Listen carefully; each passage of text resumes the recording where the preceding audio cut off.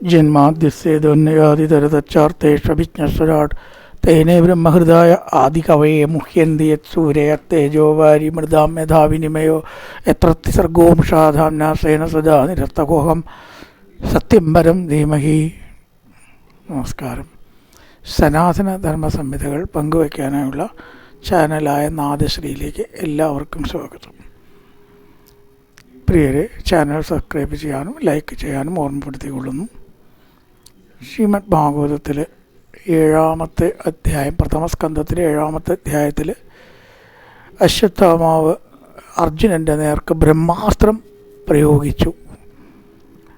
അതെന്താണ് ചെയ്യേണ്ടത് എന്നറിയാതെ നിൽക്കുന്ന സമയത്ത് ഭഗവാൻ പറഞ്ഞു, അസ്ത്രം കൊണ്ട് അസ്ത്രത്തെ ഉപസംഹരിക്കുക.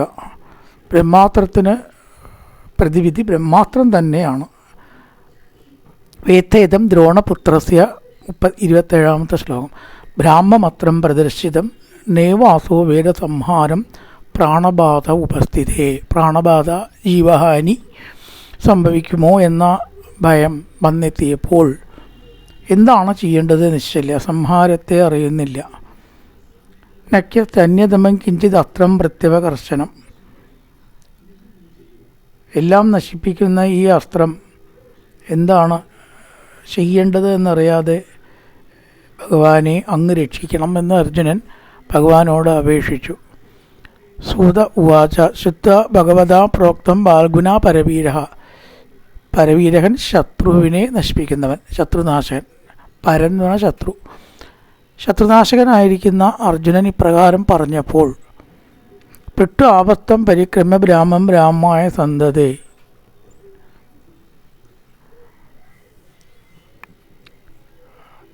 പറയപ്പെട്ടതിനെ കേട്ടിട്ട് എന്ത് ചെയ്തു? വെള്ളം സ്പർശിച്ച് പ്രദക്ഷിണം ചെയ്ത് ബ്രഹ്മാസ്ത്രത്തിനെതിരായിട്ട് ബ്രഹ്മാസ്ത്രം തന്നെ തൊടുത്തു.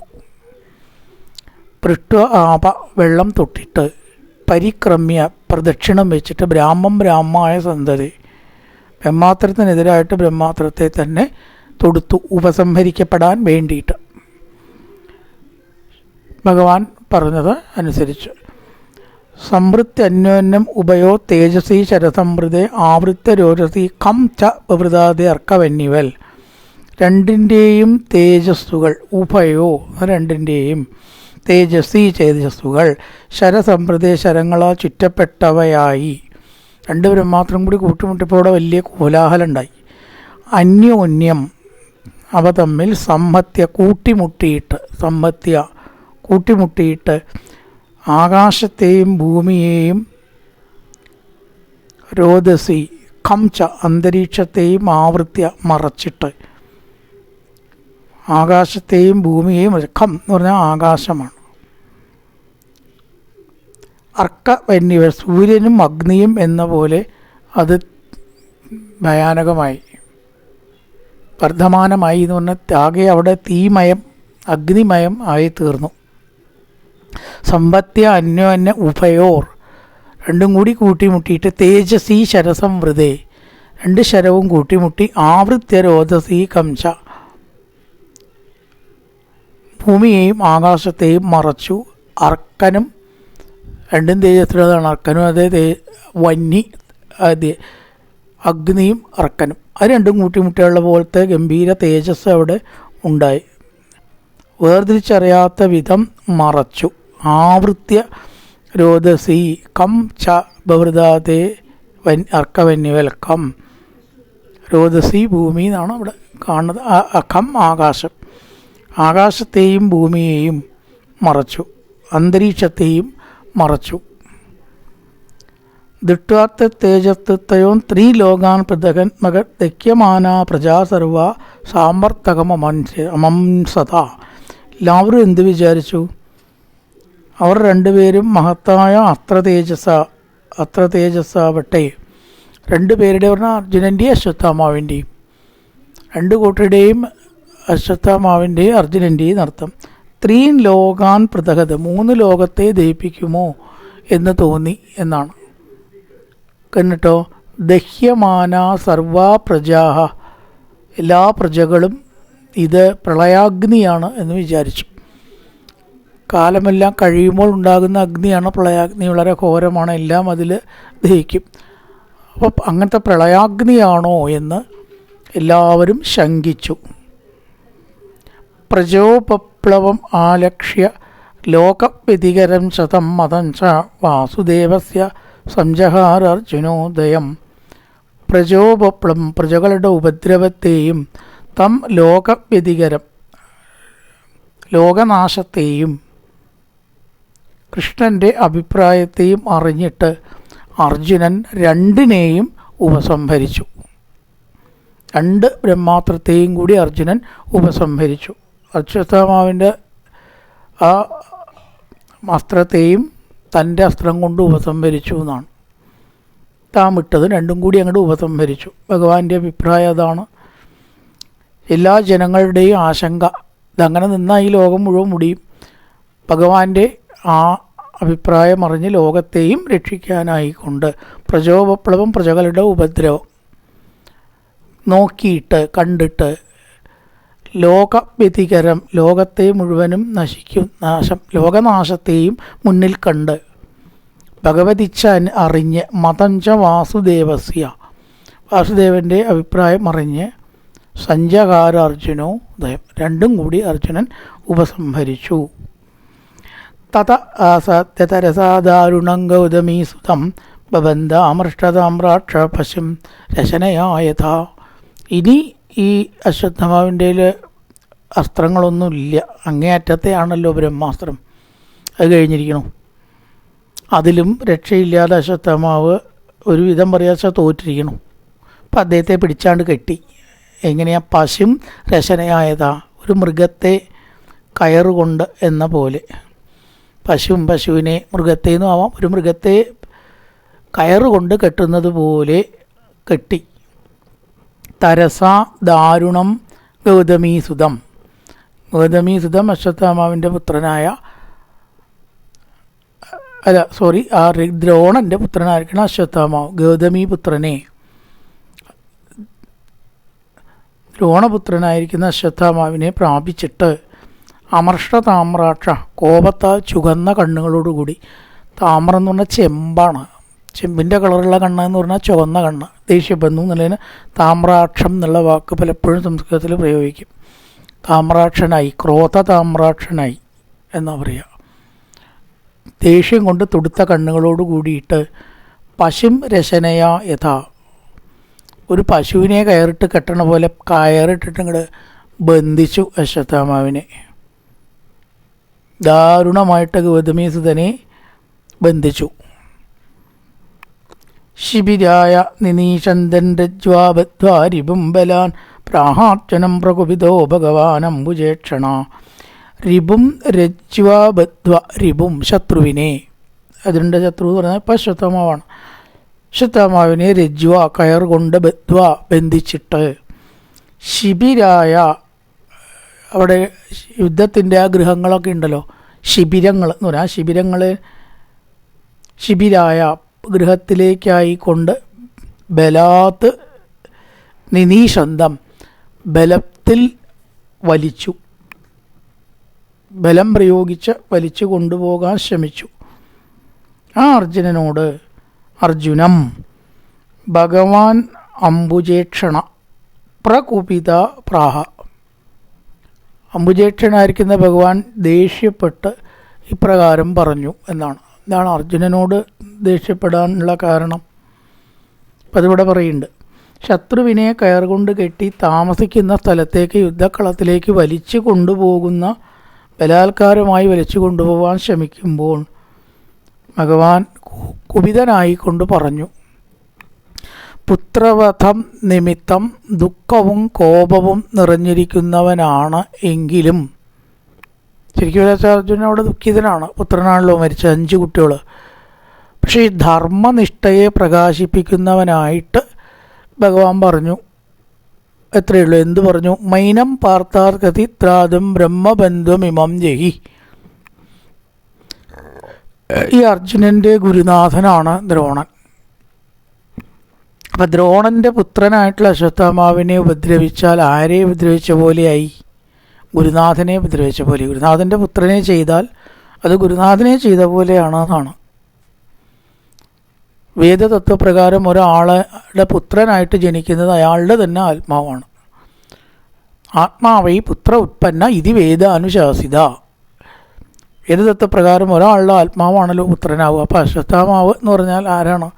ദ്രോണരുടെ അതേ സ്ഥാനമാണ് കണക്കാക്കണം. ഗുരുവിനെയും ഗുരുപുത്രൻ കണ്ട് ഗുരുപുത്രനെ തൊട്ടാൽ ഗുരുവിന് വേദനിക്കും. അപ്പോൾ ആ വേദന ഗുരുത്വക്കുറവായിട്ട് വരും എന്നതുകൊണ്ടാണ് അനാഗസ അപരാധം ചെയ്യാത്തവരും ഉറങ്ങുന്നവരും ആയ കുട്ടികളെ രാത്രിയിൽ യാതൊരുത്തൻ വധിച്ചുവോ? അശ്വത്ഥാമാവാണല്ലോ വധിച്ചത്. ഏനം ബ്രഹ്മബന്ധും, ഇത് ബ്രാഹ്മണനാണെങ്കിലും ബ്രാഹ്മണ അധമനായി ഇവിടെ ഒരു അശ്വത്ഥാമാവ്. ത്രാതും ന അർഹസി, നീ രക്ഷിക്കരുത്, രക്ഷിക്കാൻ ആവശ്യമില്ല, രക്ഷിക്കേണ്ട ആവശ്യം ഇല്ല. ഇവനെ സംഭരിച്ചാലും. അർജുന, എന്തിനാണ് കെട്ടിക്കൊണ്ട് അവനെ രക്ഷിക്കണം? കയറ് കെട്ടി വലിച്ചു എന്ന് പറഞ്ഞാൽ കൊല്ലാൻ ഉദ്ദേശമില്ല എന്നല്ലേ? അല്ലെങ്കിൽ അവിടെ വെച്ചാണ് കൊല്ലല്ലേ കൊണ്ട് പിന്നെ എന്തിനാ കെട്ടി വലിക്കണം? കെട്ടി വലിച്ചാൽ എന്താ അർത്ഥം? കൊല്ലാൻ ഉദ്ദേശമില്ല. അപ്പം അതുകൊണ്ട് കൊല്ലണം, നീ അതിനെ കെട്ടും വേണ്ട വലിക്കും വേണ്ട, അതിനെയാണ് തീർത്തളേ എന്ന് ഭഗവാൻ പറഞ്ഞു. ഇമം ജഹി, ഇവനെ ഇവിടെ വെച്ച് ആണ് തീർക്കല്ലേ അർജുന വേണ്ടത്. ഏ പാർത്ത ബ്രഹ്മബന്ധും ഇമം ജഹി, ഇവനെ സംഹരിച്ചാലും. എന്താ കാരണം? അനാഗസ സുത്താൻ അവധി ബാലകാൻ, ഒരു തെറ്റും ചെയ്യാതെ ഉറങ്ങിയ കുട്ടികളെ ഇവൻ വധിച്ചു. അവധീത് വധിച്ചു. അതുകൊണ്ട് ഇവൻ വധാർഹനാണ് എന്നാണ് ഭഗവാൻ പറഞ്ഞത്. എന്തിനാണ് അവനെ രക്ഷിക്കണത്? കെട്ടിവലിച്ച് എങ്ങോട്ട് കൊണ്ടുപോകാൻ അതിൻ്റെ ആവശ്യം എന്താ എന്ന് ഭഗവാൻ ഒന്നങ്ങനെ കുപിതനായിട്ട് ചോദിച്ചു. ഇനി അതിൻ്റെ കാരണം സ്ഥാപിക്കണം. മത്തം പ്രമത്തമുന്മത്തം സുത്തം ബാലം ത്രിയം ജഡം പ്രപന്നം വിരഥം ഭീതം നരിബും അന്തിധർമ്മവിത്. ആരെയൊന്നും കൊല്ലാൻ പാടില്ല. ശരിക്കുള്ള നിലയ്ക്ക് ആരെയും കൊല്ലരുത്, പക്ഷേ യുദ്ധത്തിൽ കൊല്ലാം എന്നുണ്ട്. എന്നാലും ആ യുദ്ധത്തിൻ്റെ നിയമങ്ങളാണ് പറഞ്ഞത്. അതിലും ചിലരെ കൊല്ലാൻ പാടില്ല എന്നുണ്ട്. ശത്രുക്കളെ യുദ്ധത്തിൽ ശത്രു ആയിട്ടും കൊല്ലാൻ അരുതാത്ത ആൾക്കാർ ആരൊക്കെയാണ്? മത്തം, സ്വബുദ്ധി നശിച്ചവൻ. ഒരു മദ്യപാനിയെ കൊല്ലാൻ പാടില്ല എന്നാണ്. കാരണം ചെയ്യുന്നതൊന്നും സ്വബോധത്തിലല്ല എന്നൊരു ചെറിയ ഇളവ് അവനുണ്ട്. സ്വബോധത്തിൽ ചെയ്യുന്നത് തെറ്റാവുള്ളൂ എന്നാണ്. ഈ കഴിച്ചതൊരു തെറ്റല്ലേ എന്ന് ചോദിക്കും. കഴിച്ചാൽ നിന്നിട്ടുണ്ടല്ലേ എന്ന്. അങ്ങനെയല്ല പറയാറ്. മത്തം. ആ സമയത്ത് അവൻ പറഞ്ഞതിനൊന്നും കണക്കാക്കേണ്ട ആവശ്യമില്ല. പ്രമത്തം, പിന്നെ അവഹിതനല്ലാത്തവനെ, ശരിക്കുള്ള ബുദ്ധി ഇല്ലാത്തവൻ എന്നുള്ള അർത്ഥമാണ് പ്രമത്തം. ശരിയായ ബുദ്ധി ഇല്ലാത്തവൻ. ഉന്മത്തം, ഭ്രാന്തൻ. സുപ്തം, ഉറക്കത്തിലൊരാളെ കൊല്ലരുത് എന്നുണ്ട്. സുപ്തം, ബാലം, കുട്ടിയെ കൊല്ലാൻ പാടില്ല, കുട്ടികളെ കൊന്നുകൂടാ. സ്ത്രീയം, സ്ത്രീവധവും തെറ്റാണ്. ജഡം, ഒന്നിനും കൊള്ളാത്ത ഒരു പാവത്തിനെ കൊല്ലരുത്. ഒരു വസ്തുവിനും കൊള്ളില്ല, നീട്ടിക്കാനും വയ്യ, അവനെ കൊല്ലരുത് എന്നാണ്. അവനാണ് ജഡം, ഇളകാനും കൂടി വയ്യാത്ത ഒരു, മലയാളത്തിൽ ചാവാളി എന്നൊക്കെ പറയില്ലേ, അങ്ങനെ ഒരാളെ കൊല്ലാൻ പാടില്ല. ജഡം. പ്രപന്നം, ശരണം പ്രാപിച്ചവനെ, എന്നെ രക്ഷിക്കണേ എന്ന് പറഞ്ഞ് കാക്കൽ വീണാൽ അവൻ വധാർഹനല്ല. എന്ത് തെറ്റുണ്ടെങ്കിലും അവനെ കൊല്ലരുത്. പ്രപന്നം, ശരണം പ്രാപിച്ചവനെയും. വിരഥം, യുദ്ധത്തിൽ തേര് നഷ്ടപ്പെടുക, വാഹനമില്ലാത്ത ശത്രു, ആയുധം ഇല്ലാത്ത ശത്രു, വാഹനമില്ലാത്ത ശത്രു, തോൽവി സമ്മതിച്ച ശത്രു, ഇവരെന്നും കൊല്ലാൻ പാടില്ല. ഭീതം, ഭയപ്പെട്ടവനെ കൊല്ലരുത്. എന്നീ വിധമായിരിക്കുന്ന ശത്രുവിനെ ധർമ്മം അറിയുന്നവൻ കൊല്ലുന്നില്ല. ന ഹന്തി ധർമ്മവൻ രിപും ഹന്തി ധർമ്മവിത്ത്. ധർമ്മവിത്ത്, ധർമ്മത്തെ അറിയുന്നവൻ അത്തരം ശത്രുക്കളെ കൊല്ലാറില്ല. ആരേക്കിയ? മത്തം, പ്രമത്തം, ആകെ മധുമത്തനായിട്ടിരിക്കുക, മദ്യം കഴിച്ചിട്ടാവാം, വേറെ കാരണം കൊണ്ടാവാം.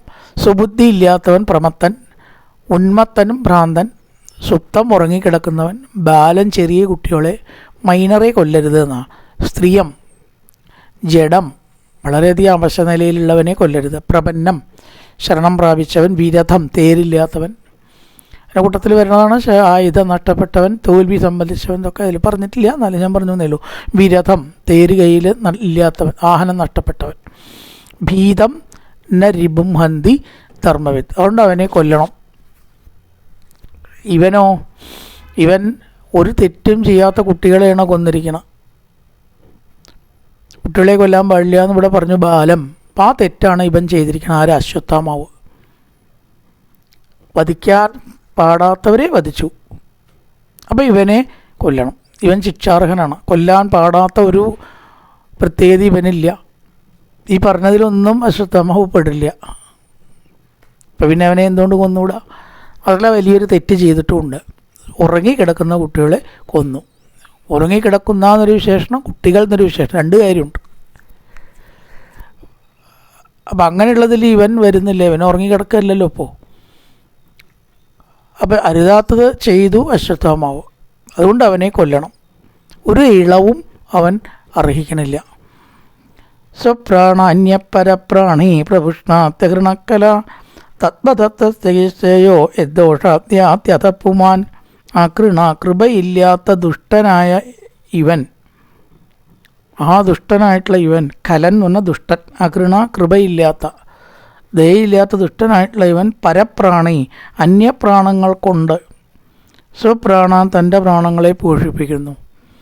അവൻ്റെ രക്ഷയ്ക്കായിക്കൊണ്ട്, ദുര്യോധന പ്രീതിക്കായിക്കൊണ്ട്, അത് അവൻ്റെ രക്ഷയാണല്ലോ ഒരു തരത്തിൽ. ദുര്യോധനെ പ്രീതിപ്പെടുത്തുക എന്ന് പറയുമ്പോൾ സ്വന്തം കാര്യത്തിന് വേണ്ടി ഒരാളെ കൊല്ലാൻ മടിക്കാതിരിക്കുക എന്നർത്ഥം. ഇന്നത്തെ കാലത്ത് കാണാറുണ്ടല്ലോ കൊല്ലാനൊന്നൊരു മടിയില്ലാണ്ട്. സ്വപ്രാണാൻ പ്രപുഷ്ണാദി, തൻ്റെ പ്രാണനെ വേണ്ടി, തൻ്റെ കാര്യത്തിന് വേണ്ടി വേറൊരാളെ കൊല്ലുക. തദ്വധ, അവൻ്റെ വധം അവന് തന്നെ ശ്രേയസ്സാകുന്നു. അപ്പം അത്തരത്തിലുള്ളവരെ കൊല്ലന്നെ വേണം. തെറ്റ് ചെയ്യുന്നവനെ കൊല്ലണം. യത് ദോഷാത് പുമാൻ അത യാതി, ദോഷത്തെക്കുറിച്ച് പരിതപിക്കാൻ ഇടവരുന്നുവോ അവന് മരണാനന്തരം നരകപ്രാപ്തിയില്ല. അങ്ങനെയുള്ള തെറ്റുകൾ ചെയ്തിട്ടുള്ള ഒരാൾക്ക് ഒരിക്കലും ദുഃഖിക്കേണ്ടി വരില്ല. അവനെ കൊല്ലണം. ആ വധം ഒരിക്കലും ഒരു തെറ്റല്ല. പ്രതിശ്രുതം ചഭവത പാഞ്ചാല്യേ ചുണ്ണതോ മമ ആഹരിഷ്യേ ശിരസ്തസ്യ യസ്തേ മാനിനി പുത്രഃ. ഇപ്പം അർജുനൻ ഒരു പ്രതിജ്ഞ ചെയ്തിട്ടുണ്ട്. ഹേ പാഞ്ചാലി, നിൻ്റെ പുത്രന്മാരെ കൊന്നവൻ്റെ ശിരസ് ഞാൻ കൊണ്ടുവരാം എന്ന്. ആ ശിരസ് കൊണ്ടുവരാൻ വേണ്ടിയിട്ടാണ്. തലയിട്ട് ഇങ്ങോട്ട് കൊണ്ടുവരണ്ടല്ലോ വെച്ചിട്ടാ, അവിടെ വെച്ചിട്ടാവാം വധം. അപ്പം അവനെ ഞാൻ ശിരസ് കൊണ്ടുവരാമെന്ന് പാഞ്ചാലിയോട് പറഞ്ഞതനുസരിച്ചാണ് ഞാൻ കൊണ്ടുപോകുന്നത്. പ്രതിശ്രുതഞ്ച ഭവതാ പാഞ്ചാലി ശുണ്ണതോ മമ, പാഞ്ചാലിയോട് ഞാൻ കേട്ടിരിക്കെ നീ പ്രതിജ്ഞ ചെയ്തിട്ടുണ്ട്. ഭവതാ ശുണ്ണത കേൾക്കേ, ഭവാനാൽ ഞാൻ കേൾക്കെ പ്രതിജ്ഞ ചെയ്തിട്ടുണ്ട്. എന്ത്? ശിരസ്, അശ്വത്ഥാമാവിൻ്റെ ശിരസ് ഞാൻ കൊണ്ടുവന്നോളാം നിൻ്റെ മുമ്പിലേക്ക്. അപ്പം എല്ലാം കൊണ്ടും നിനക്ക് കൊല്ലാം. ആ പ്രതിജ്ഞ പാലിക്കണ്ടേ? ആരോടായാലും പ്രതിജ്ഞ പാലിക്കണം. അപ്പം അതുകൊണ്ട് ഈ തല മാത്രം വെട്ടി പാഞ്ചാലിയുടെ മുമ്പിലേക്ക് കൊണ്ടുപോകുന്നതിൽ തെറ്റില്ല. ആഹരിഷ്യേ ശിരസ്തസ്യ, ആഹരിഷ്യേ ഞാൻ കൊണ്ടുവരാം, ആ ശിരസ് ഞാൻ കൊണ്ടുവരാം. നമ്മുടെ പുത്രന്മാരെ കൊന്നവൻ്റെ ശിരസ് ഞാൻ നിൻ്റെ മുമ്പിലേക്ക് കൊണ്ടുവരാം എന്ന് പറഞ്ഞ സ്ഥിതിക്ക് എന്തിനാണ് കൊല്ലാൻ മടിക്കുന്നത്? ആ പ്രതിജ്ഞ പാലിക്കാനെ കൊണ്ട് ഇവൻ വധാർഹനാണ്. തദസോവത്യതാംബാപ ആടതാപ്യാത്മബന്ധുകാ വർത്തുച്ച വിപ്രിയം വീര കൃതവാൻ കുലവംസന. അതുകൊണ്ട് സ്വപുത്രന്മാരെ കൊന്നവനും ആത്മബന്ധൂഹ, ഇവിടെ ആത്മബന്ധു എന്നുള്ളത് പുത്രൻ എന്നുള്ള അർത്ഥത്തിലാണ് പ്രയോഗിച്ചിരിക്കുന്നത്. ആത്മബന്ധുഹ, ആ പുത്രന്മാരെ ഹ എന്ന് പറഞ്ഞാൽ കൊന്നവൻ എന്നല്ല പറഞ്ഞുല്ലോ. ആത്മഹ, സ്വയം കൊല്ലുന്നവൻ. പുത്രഹ, പുത്രനെ കൊല്ലുന്നവൻ. ബന്ധുഹ, ബന്ധുക്കളെ കൊന്നവൻ. ഹ, നേരത്തെ കൊന്നവൻ എന്നാണ്. ആത്മബന്ധുഹ, പുത്രന്മാരെ കൊന്നവനും. ആതതായി, നിന്നെ ആയുധമെടുത്ത് കൊല്ലാൻ വന്നവനും. നിന്നെ എതിർക്കാൻ വന്നു. ഇപ്പോൾ കുറച്ചു മുമ്പേ നിന്നെ എതിർക്കാൻ വന്നു ഇല്ലേ? ബ്രഹ്മാസ്ത്രം കൊണ്ട്. അപ്പോൾ ബ്രഹ്മാസ്ത്രം കൊണ്ട് നിന്നെ എതിർക്കാൻ വന്നുകൊണ്ട് നിൻ്റെ ശത്രുവാണ് എന്ന് നിയമം കൂടി പറയേണ്ട. സ്വന്തം പ്രതിരോധത്തിന് ഒരാളെ കൊല്ലാം. നമ്മളെ കൊല്ലാൻ ഒരാൾ വന്നാൽ അയാളെ നമുക്ക് കൊല്ലാം. നിയമത്തിനും കൂടി അത് ശിക്ഷിക്കാൻ പറ്റില്ല എന്നാണ്. അപ്പോൾ ആയുധമെടുത്ത് നിന്നെ അനിപ്പാൻ വന്നവനും പുത്രന്മാരെ കൊന്നവനും പാപിയും ആയ ഇവൻ വധ്യതാം നീ വധിക്കണം, വധിക്കപ്പെട്ടാലും വീര ഏ ശൂര കുലപാംസന കുലം നശിപ്പിച്ച ഇവൻ ഭർത്തുഹു വിപ്രിയം കൃതവാൻ സ്വന്തം സ്വാമിക്ക് അപ്രിയം ചെയ്തവനാണ്, സ്വന്തം സ്വാമിക്കും കൂടി അപ്രിയം ചെയ്തതാണ്. ധൃതരാഷ്ട്രക്ക് ദുര്യോധനന് എന്നർത്ഥം. അവർക്കൊക്കെ ഇവൻ അപ്രിയം ചെയ്തിട്ടുണ്ട്. ദുര്യോധനനും ധൃതരാഷ്ട്രക്കും ദുര്യോധനനും കൂടി ആഹിതം പ്രവർത്തിച്ചതായിട്ടുള്ള ഇവനെ ഭഗവാൻ സംഹരിക്കണം എന്ന് അർജുനനോട് ഭഗവാൻ പറഞ്ഞു. സൂത ഉവാച ഏവം പരീക്ഷതാ ധർമ്മം വാർത്ത കൃഷ്ണേന ചോദിത നേച്ചത്തന്തും ഗുരുതുതം മെത്തപ്യാത്മഹനം നഹാൻ. അതൊക്കെ ഭഗവാൻ പരീക്ഷിക്കാൻ വേണ്ടിയിട്ടാണ് പറഞ്ഞതെന്നാണ് ചിലർ പറയണത്. കൊന്നില്ല അർജുനൻ, ഭഗവാൻ പറഞ്ഞിട്ടും കൊന്നില്ല. ഏവം ധർമ്മം പരീക്ഷത എന്നോട് പറയുന്നത് പരീക്ഷിക്കാനായിട്ട് എന്താണ് അർജുനൻ ചെയ്യുക, അത് നോക്കാൻ വേണ്ടിയിട്ടാണ്. കൊല്ലേണ്ട ആവശ്യം അവിടെ ഇല്ലാത്ര ശരിക്കും. അതിന് ഭാവിയിൽ നമുക്ക് മനസ്സിലാവും എന്തുകൊണ്ട് കൊന്നുകൂടാ, എന്താണ് കൊല്ലാതിരുന്നത്. പരീക്ഷിക്കാൻ വേണ്ടിയിട്ട് കൃഷ്ണേന ചോദിത, കൃഷ്ണാൽ വധപ്രേരണ നൽകപ്പെട്ടിട്ടും പാർത്ഥ ആത്മഹനം യദ്യപി ഗുരുപുത്രം ഹന്തും നയച്ചത്, ആത്മഹപുത്രനെ കൊന്നവനായിട്ടും ആ അശ്വത്ഥാമാവിനെ കൊല്ലാൻ ഗുരുസുതനെ കൊല്ലാൻ ഇഷ്ടപ്പെട്ടില്ല, മുതിർന്നില്ല. ഗുരുസുതനെ കൊല്ലുന്നത് പാപമാണ് എന്നുള്ളത് കൊണ്ട് ന ഐച്ഛത് ഇച്ഛിച്ചില്ല. ഗുരുപുത്രൻ മഹാത്മ്യമുള്ളവനാണ്. ഇവിടെ അർജുനനാണ് മഹാ എന്നുള്ള വാക്ക് ചേർക്കേണ്ടത്. നേച്ചത് അന്തും ഗുരുസുതം യദ്യപ്യാത്മകനം മഹാൻ. തൻ്റെ പുത്രനെ കൊന്നവനാണെങ്കിൽ പോലും മഹാനായ അർജുനൻ എന്ത് ചെയ്തില്ല, ഗുരുപുത്രനെ കൊന്നില്ല. ഗുരുപുത്രനെ കൊല്ലുന്നത് ഗുരുവിനെ കൊല്ലണ പോലെയാണ്. ഗുരുവിനെ കൊല്ലണത് എങ്ങനെ ശരിയാവുക? അപ്പം അർജുനൻ തൻ്റെ വിവേകം അവിടെ പ്രയോഗിച്ചു. കൃഷ്ണനാണ് പറയണത് കൊന്നോളാൻ, എന്നിട്ട് പോലും കൊന്നില്ല. അത് തൻ്റെ ശിഷ്യനായ അർജുനൻ, ഭഗവാന്റെ ശിഷ്യനായിട്ടുള്ള അർജുനൻ എത്രത്തോളം ഔചിത്യമുള്ളവനാണ് എന്ന് നമ്മളെ ബോധ്യപ്പെടുത്താനാണ് ഭഗവാൻ കൊല്ലാൻ പ്രേരണ കൊടുത്തത്. എന്നിട്ടും കൊന്നില്ല എന്ന് ലോകത്തിനെ കാണിക്കുക. ഭഗവാന് കൊല്ലണം എന്നില്ല ശരിക്ക്. തൻ്റെ അർജുനൻ, തൻ്റെ ശിഷ്യൻ എന്ന് വേണമെങ്കിൽ പറയാലോ, എത്രമാത്രം ഔചിത്യം പ്രയോഗിക്കും എന്ന് നമ്മളെ ലോകത്തിനെ ബോധ്യപ്പെടുത്താൻ താൻ പറഞ്ഞു. എന്നിട്ടും അർജുനൻ എന്ത് ചെയ്തില്ല?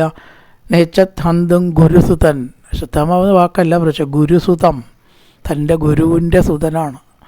ഗുരുവിൻ്റെ സുതനെ കൊന്നാൽ ഗുരുവിനെ കൊന്ന പാപമായി. അവിടെ അർജുനന് നല്ല നിശ്ചയമുണ്ട്. കൃഷ്ണനെല്ലാം ആര് പറഞ്ഞാലും ചെയ്യരുതാത്തത് ചെയ്യില്ല.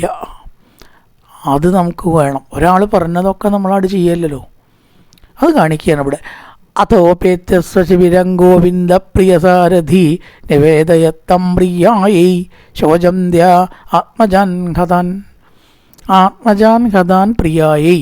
മക്കൾ മരിച്ച പാഞ്ചാലിയെ, പ്രിയ പാഞ്ചാലി പത്നിയാണല്ലോ, നിവേദയത് കാണിത്ത എന്നും പറഞ്ഞ് അശ്വത്ഥാമാവിനെ മുമ്പിലേക്ക് കൊണ്ടുപോയി. നീ പറഞ്ഞത് എന്താ വെച്ചാൽ ബനെ ഞാൻ ചെയ്യാം, നീ പറഞ്ഞാലേ ചെയ്യുള്ളൂ. കൊല്ലണോ, കഷ്ണമായിട്ട് നുറുക്കണോ, തടവിലടയ്ക്കണോ, പട്ടിണിക്കിടണോ, ഏത് ശിക്ഷയാ നീ പറയണത് വെച്ചാൽ അത് കൊടുക്കാം.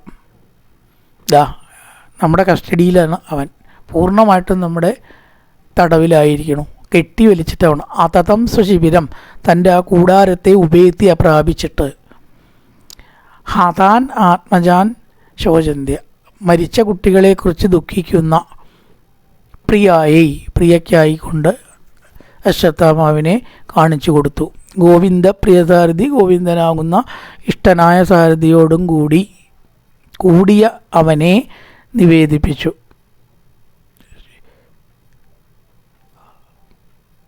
ശ്രീകൃഷ്ണസാരഥി എന്ന് പറഞ്ഞാൽ അർജുനൻ തന്നെയാണല്ലോ.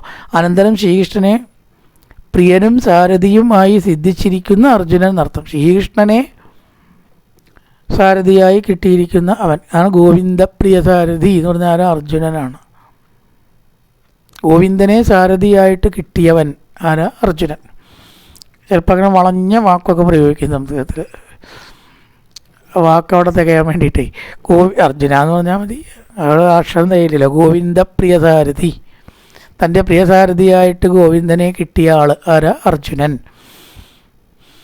കുട്ടികൾ മരിച്ച് ദുഃഖിക്കുന്നതായിട്ടുള്ള തൻ്റെ പത്നിയായിട്ടുള്ള പാഞ്ചാലിയുടെ മുമ്പിലേക്ക് അർജുനനെ സമർപ്പിച്ചു എന്ന് പറയാം. നിവേദയത്ത്, ദാ ഇവനാണ് നമ്മുടെ കുട്ടികളെ കൊന്ന കേവൻ, എന്തു വേണമെങ്കിലും ഇവനെ ചെയ്യാം. തഥാകൃതം പശുവത് പാശബദ്ധമവാം മുഖം കർമ്മജുഗുപ്സിതേന തിരീക്ഷ കൃഷ്ണാപകൃതം ഗുരോസുതം വാമസ്വഭാവാകൃപയാ നനാമച. പാഞ്ചാലിയെ പോലെ, അതായത് പശുവിനെ പോലെ. പാഞ്ചാലി അവിടെ എന്ത് ചെയ്തു അതിന് പറയണം. പാശബദ്ധം, പശുവിനെ പോലെ കയറിനാൽ കെട്ടിയിട്ട, തഥാകൃതം കൊണ്ടുവരപ്പെട്ട ഗുരുസുതനെ, കർമ്മജുഗുപ്സിതേന മോശമായ പ്രവൃത്തി കൊണ്ട് അവൻ ലജ്ജിച്ചിരിക്കുന്നു അശ്വത്ഥാമാവ്. അവനെ എന്ത് ചെയ്തു? തല താഴ്ത്തിയതായിട്ട് കണ്ടു പാഞ്ചാലി. തല പൊന്തിക്കാൻ വയ്യ, അങ്ങനത്തെ തെറ്റാ ചെയ്തത്. എന്ത് ചെയ്തു? കൃപയാ നനാമ, നമസ്കരിച്ചു പാഞ്ചാലി. തൻ്റെ ഭർത്താവിൻ്റെ ഗുരുവിൻ്റെ പുത്രൻ എന്നുള്ള സ്ഥാനമാണ് അവിടെ കണ്ടത്. പുത്രകന്താവ് എന്നതല്ല കണ്ടത്. പുത്രകന്താവ് എന്നത് കാണുന്നതിന് പകരം ഭർത്തൃഗുരുനാഥൻ്റെ പുത്രൻ എന്ന സ്ഥാനം കണ്ട വാമസ്വഭാവ കൃപയാ നനാമസ, ശ്രേഷ്ഠമായിട്ടുള്ള സ്വഭാവത്തോടു കൂടിയ പാഞ്ചാലി നമസ്കരിച്ചു. കൊല്ലും എന്ന് ആരാ പറഞ്ഞത്? അർജുനനാ പറഞ്ഞത്. പാഞ്ചാലി കൊല്ലണമെന്ന് പറഞ്ഞിട്ടില്ല. കുട്ടികൾ മരിച്ചതിൽ ദുഃഖമുണ്ട്, പക്ഷേ അശ്വത്ഥാമാവിനെ അതേ നാണയത്തിൽ തിരിച്ചടിക്കണം എന്ന് ആർക്കില്ല, പാഞ്ചാലിക്ക്. അതാണ് വാമസ്വഭാവ. ഉത്തമ സ്ത്രീകളുടെ ഗുണം തികഞ്ഞ പാഞ്ചാലി അവനെ കൊന്നില്ല എന്ന് മാത്രമല്ല, കൃപയാ നനാമച, നമസ്കരിക്കുകയാണ് ചെയ്തത്. അവിടെ പാഞ്ചാലിയുടെ ഗുണവും ഔചിത്യവും നമുക്ക് കാണാം. തൻ്റെ കുട്ടികൾ 5 കൊല്ലപ്പെട്ടു ഇല്ലേ? ആ കൊല്ലപ്പെട്ട ഘാതകനെ ഒന്നും കൂടി കൊന്നാൽ എന്താ മരിച്ചുപോയ കുട്ടികൾ തിരിച്ചു വരുമോ? ഇല്ലല്ലോ. ആ അശ്വത്ഥാമാവിൻ്റെ അമ്മ മാറത്തടിച്ച് കരയും.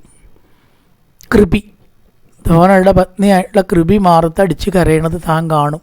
താനിപ്പോൾ കുട്ടികളിൽ മരിച്ചു പോയിട്ട് ദുഃഖിക്കണ പോലെ ഗുരുവിൻ്റെ, ഭർത്താവിൻ്റെ ഗുരുനാഥൻ്റെ പത്നി മാറത്തടിക്കണത് കണ്ടാൽ എന്ത് സുഖമാണ് അതുകൊണ്ടുണ്ടാവുക?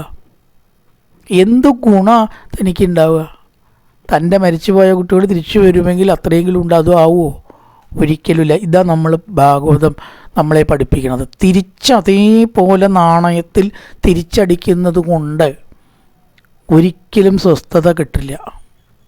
അവിടെ അങ്ങോട്ട് ക്ഷമിച്ച് കളഞ്ഞാൽ ഭാവിയിൽ ചിലപ്പോൾ അതുകൊണ്ട് നല്ലതുണ്ടാവും, അല്ലെങ്കിൽ വലിയൊരു അപരാധത്തിൽ നമുക്ക് രക്ഷപ്പെടാം. പ്രതികാര ബുദ്ധിയിൽ ഗുരുസ്ഥാനത്ത് നിൽക്കുന്ന ഒരാളെ കൊല്ലാൻ നമുക്ക് ചിലപ്പോൾ പ്രേരണ കിട്ടിയെന്ന് വരാം, സാഹചര്യങ്ങളുടെ സമ്മർദ്ദം കൊണ്ട്. ഇതിന് ഞാൻ എന്തായാലും അവനെ പകരം ചോദിക്കും. ചിലപ്പോൾ ഗുരുസ്ഥാനത്ത് നിൽക്കുന്ന ആളോടാവും പറയുണ്ടാവുക. ജ്യേഷ്ഠനാവാം, അച്ഛനാവാം, ഗുരുനാഥനാവാം. അപ്പം അത്തരം സന്ദർഭങ്ങളിലൊന്ന് സംയമനം പാലിക്കുന്നത് നല്ലതാണ് എന്ന് നമ്മളെ പഠിപ്പിക്കുകയാണ്. ഒരു പ്രതികാരം വീട്ടാൻ വേണ്ടി വലിയൊരു പാപത്തിന് നമ്മൾ സാക്ഷ്യം വഹിക്കരുത്. ഗുരുവിനെ കൊന്നാനുള്ള പാപം എവിടെ കൊണ്ടാക്കും? ഭർത്താവിൻ്റെ ഗുരുനാഥൻ്റെ പുത്രനെയാണ് ഇവിടെ കൊല്ലാൻ പോണത്. അതുകൊണ്ട് എന്ത് ചെയ്തു? നമസ്കരിച്ചു. പാഞ്ചാലി ആ പ്രതികാര അഗ്നിയെ ആളിക്കത്തിച്ചില്ല.